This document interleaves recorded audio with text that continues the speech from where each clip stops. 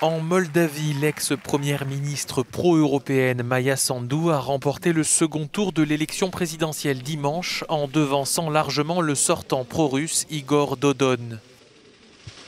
Avec 57% des suffrages, Maia Sandu devient la première femme à accéder à la présidence dans cette ex-république soviétique.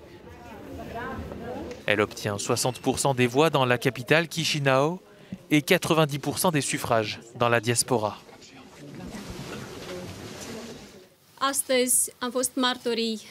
Nous avons assisté aujourd'hui à une extraordinaire mobilisation des Moldaves. Malgré la crise, malgré le manque de confiance dans les institutions de l'État, malgré cette campagne électorale infâme, les gens sont allés voter en très grand nombre dans le pays et dans la diaspora.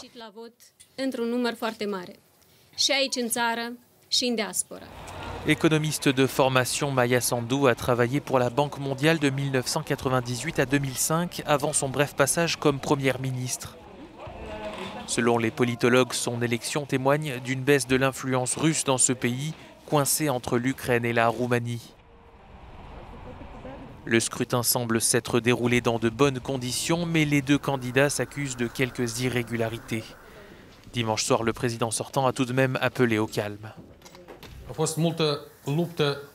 Il y a eu beaucoup de haine, beaucoup d'agressions.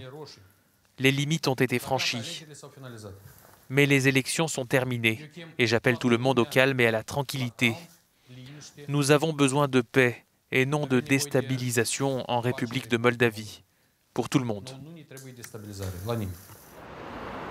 Maia Sandu a promis de lutter contre la corruption. Mais en Moldavie, les pouvoirs dévolus au président sont limités. Dans ce régime parlementaire, il faut à tout prix disposer d'une majorité au Parlement.